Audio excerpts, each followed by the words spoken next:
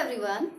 Today I am going to discuss with all of you about a very important topic of cell biology. In this topic, we will discuss about cytoplasmic organelle. That cytoplasmic organelle which act as a differentiating point between plant cell and animal cell. Exactly, हम लोग किसके बारे में बात कर रहे हैं? Plastids के बारे में बात कर रहे हैं. तो प्लास्टिड्स किसमें होगा? ऑब्वियसली प्लास्टिड्स प्लांट सेल का फीचर होता है, एनिमल सेल में ये एब्सेंट होता है, इसीलिए भी ये डिफरेंशिएटिंग पॉइंट है प्लांट सेल और एनिमल सेल में. तो plastid is found in plant cell. देखो प्लांट सेल में तो है ही, लेकिन इसके साथ साथ ये एल्गी में भी देखा गया है. And algae okay. It is absent in animal cell. ये एनिमल सेल में नहीं होगा. तो ये भी एक उसका इम्पोर्टेंट हुआ रोल प्ले कि बस ये एक्सक्लूसिवली प्लांट किंगडम का है. प्लांट किंगडम जो ऑटोट्रॉफिक मीन कर पाता है न्यूट्रिशन का, उसकी भी क्रेडिट जाती है हमारे इसी सेल ऑर्गेनेल को. और प्लांट ऑटोट्रॉपिक मतलब फोटोसिंथेसिस जो कर पाएगा बिकॉज ऑफ दिस प्लास्टिड. कैसे करेगा, क्यों हम ये बात बोल रहे हैं, इस पे भी हम लोग इसका डिस्कशन करेंगे. सो अब हम लोग इसमें देखेंगे कि प्लास्टिड्स की डिस्कवरी कैसे हुई, आया कैसे ये हमारे पास, कैसे हम जाने इसके बारे में. सेकेंड थिंग, इसके स्ट्रक्चरल कंपोनेंट को भी देखेंगे कि how it looks like, what is the shape और how it appears. Cytoplasmic organelle है नो डाउट, बट कैसा दिखता कैसा है ये, तो स्ट्रक्चरल कंपोनेंट को देखेंगे. उसके साथ साथ इसके फंक्शनल एस्पेक्ट को भी आज डिस्कस करेंगे. तो नाउ अबाउट इट्स डिस्कवरी देखते हैं. डिस्कवरी कौन किया इसका? The discovery of plastid is done by Ernst Haeckel. ठीक है, अर्नेस्ट हैकल यहाँ पे है ERNST, अर्नेस्ट हैकल. ओके, तो ही डिस्कवर्ड प्लास्टिड्स. प्लास्टिड थोड़ा सा बड़ा होता है. सारे के सारे साइटोप्लाज्मिक ऑर्गेनेल जरूरी नहीं है बड़े हों, लेकिन प्लास्टिड्स का जो साइज होगा वो आपके जनरल माइक्रोस्कोप से भी आप उसको देख सकते हो. Because the length of plastid is about 5 to 10 mm. Micron में नहीं जा रहे हम लोग, मिलीमीटर में ही जा रहे हैं. And the width of plastid is about 2 to 5. ठीक है, तो इस तरह से हम इसको देखेंगे कि it can be seen through microscope.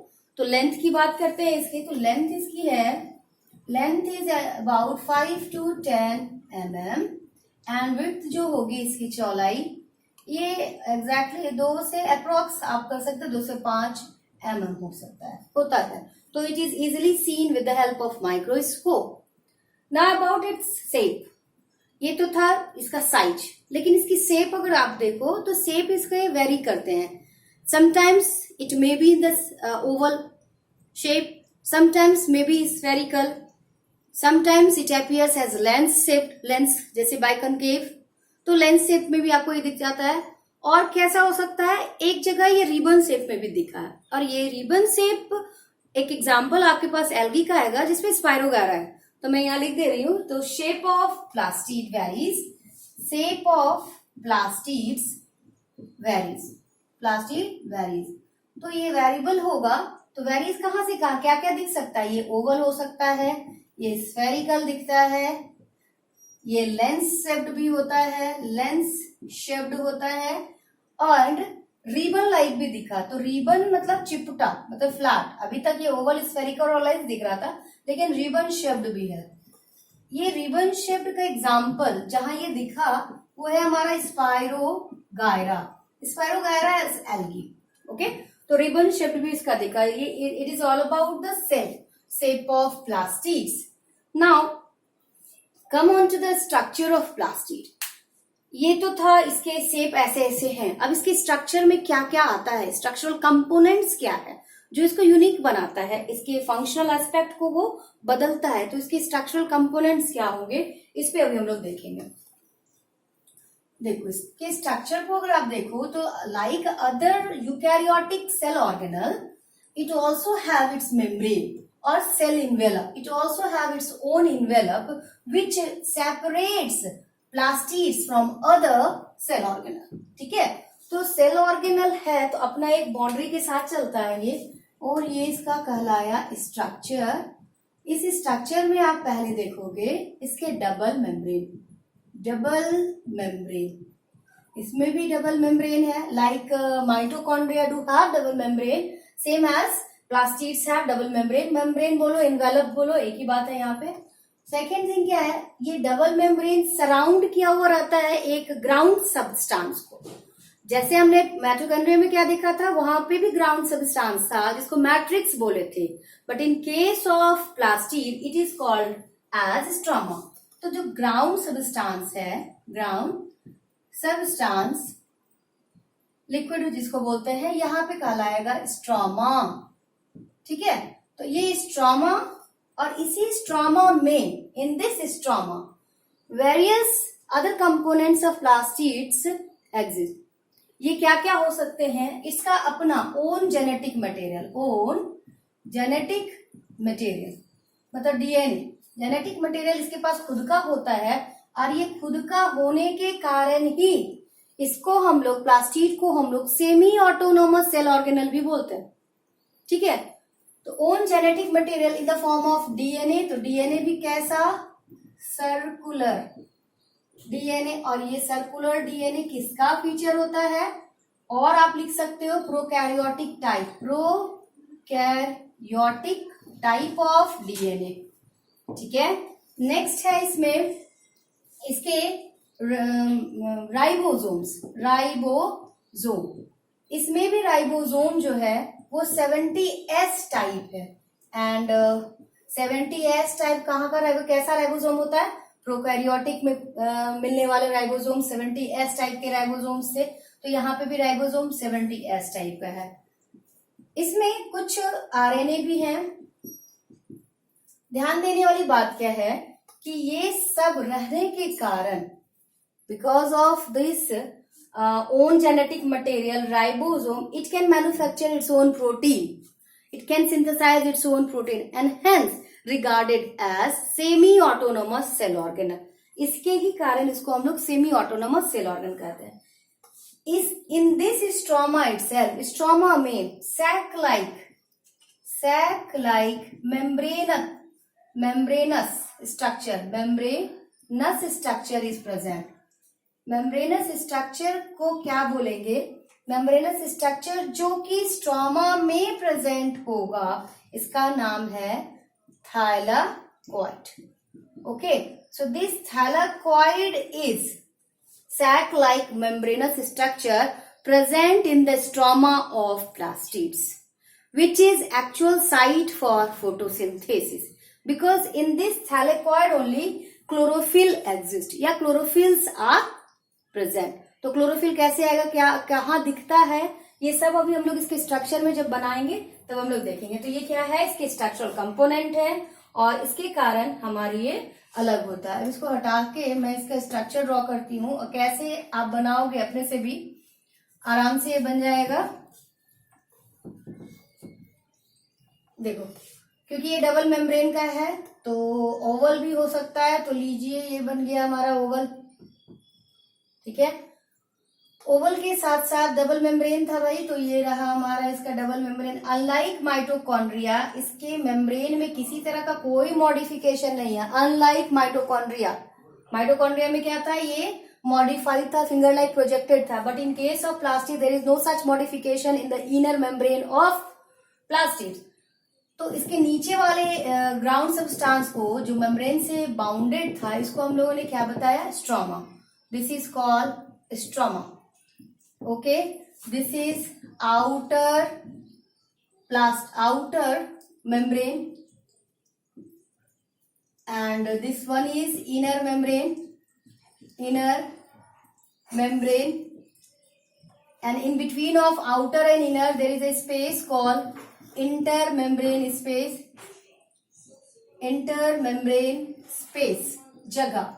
ठीक है, और जो ग्राउंड सब्सटेंस था, यहाँ पे हम स्ट्रोमा को GRO ग्राउंड मैट्रिक्स या सब्सटेंस लिख दीजिए, substance stroma. Now it have in the stroma itself membranous sac like structure is present, ये रहा, ढेर सारा सैक लाइक स्ट्रक्चर है। अब देखो ये, फिर दूसरा एक ही प्लास्टिड की बात कर रहे हैं, तो lot of structure which we can easily observe, ये रहा हमारा ये मेम्ब्रेन। बहुत सारे मेम्ब्रेनस कॉइन लाइक स्ट्रक्चर रहते हैं, पाइल्ड अपॉन ईच अदर, एक दूसरे के ऊपर पाइलिंग के फॉर्म में रहता है। जैसे सिक्का होता है ना, सिक्का को एक दूसरे पे अगर रख दो तो जो पाइल स्ट्रक्चर बनेगा एग्जैक्टली वैसा ही यहाँ पे अपियर होगा। एक को, ये पूरा का पूरा जो ग्रुप है, this group is called granum, granum पूरा का पूरा। आउट ऑफ दिस एक one unit, this is called thylakoid, thylakoid, समझो यहाँ पे। तो unit of granum is thylakoid, तो यहां लिख सकते हैं unit of granum, unit of granum. Book में लिखा होगा ग्रेना, बहुत जगह ग्रेना, तो ग्रेनम एंड ग्रेना में क्या अंतर है? Grana is plural form while granum is singular one. तो अगर इन सबको एक साथ बोलना होगा तो हम क्या बोलेंगे? ग्रेना, तो प्लूरल। तो ये ग्रेनम क्या है? सिंगुलर फॉर्म है। इसका प्लूरल क्या होगा? ग्रेना, ठीक है। तो ये हो जाएगा plural, plural form of granum. Now in this thylakoid or pile structure which is membrane bound, chlorophyll are present। तो यहीं पे एग्जैक्टली क्लोरोफिल होता है, क्लोरोफिल, ठीक है, which provide a definite color to the plastids। अब हम लोग थोड़ा सा प्लास्टिड्स के डिफ्रेंसिएशन को देखते हैं, how it is differentiated in terms to achieve its different function, how it get differentiated means types of plastids। देखो कुछ फंक्शन इसके ऐसे थे एक्सक्लूसिव वन कि उसको अलग तरह से बन गया, वो अलग तरह से दिखने लगा, ठीक है। तो on the basis of colour and you can see on the basis of its differentiation it is of 3 types. Basically कितने तरह के हुए? 3 टाइप्स के हुए।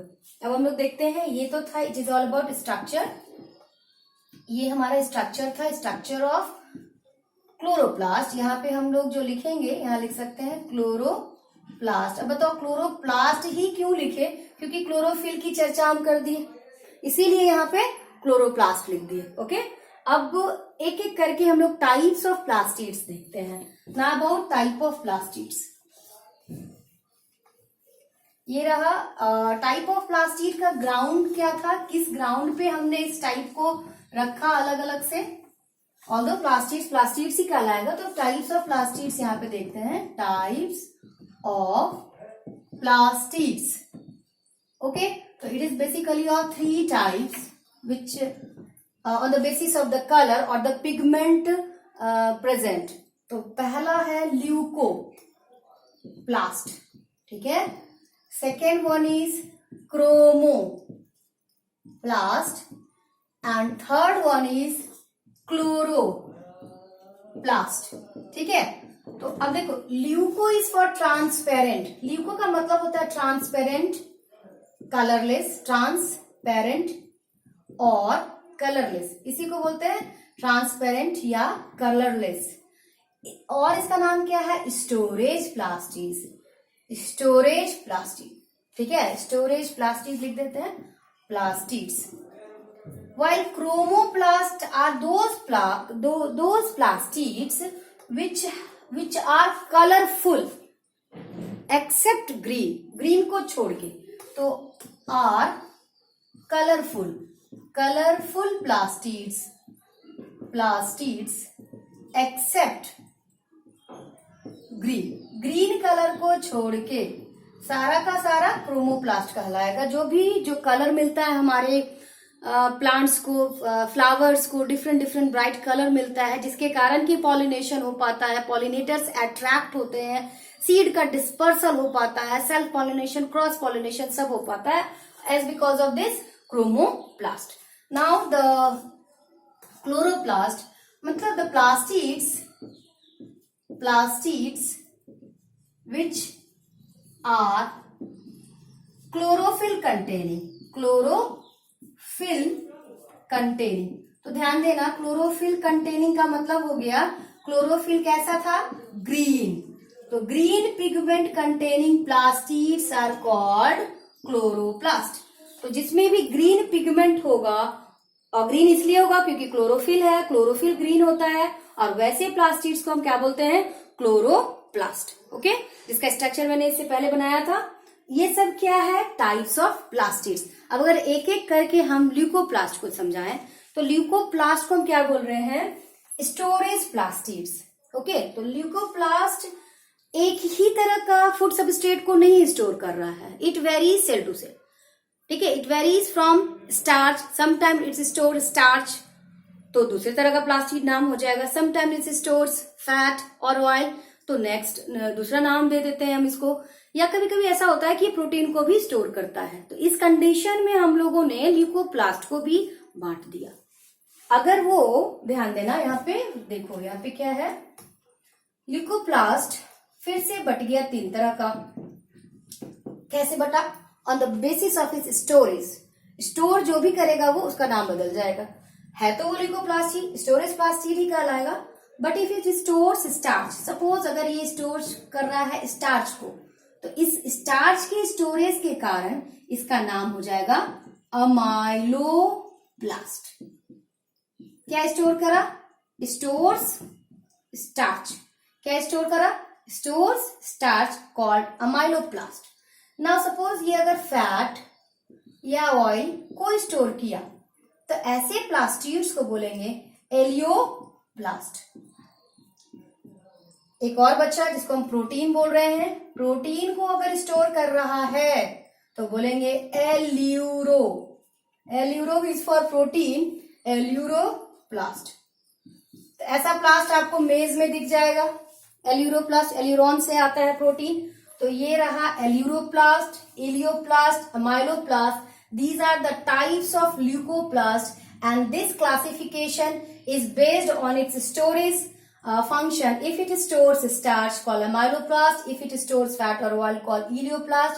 And if a plastid stores protein, called alluroplast. And all are leucoplast or colorless plastids. अब इसके functions को हम देखेंगे। देखो बड़ा इजी है, बहुत इजी है, क्योंकि इसके जितने भी फंक्शन आपने यहाँ पे देखे, सारे के सारे फंक्शन किसके होंगे, डायरेक्टली प्लास्टिड्स के होंगे। तो अगर हम इसको हटा के अब लिखते हैं फंक्शन ऑफ प्लास्टिड्स, ध्यान से सुनना, बहुत इंपॉर्टेंट है। और जो भी इसमें मैंने अभी कहा है वो सारा का सारा फंक्शन प्लास्टिड्स का ही है डायरेक्टली, और एक एक करके हमने उसको डिफ्रेंशिएट करा था। तो फंक्शंस ऑफ प्लास्टिड्स, क्योंकि ये स्टोरेज का काम कर रहा था ल्यूकोप्लास्ट के फॉर्म में, तो it stores fat slash oil, starch and protein. किया ये।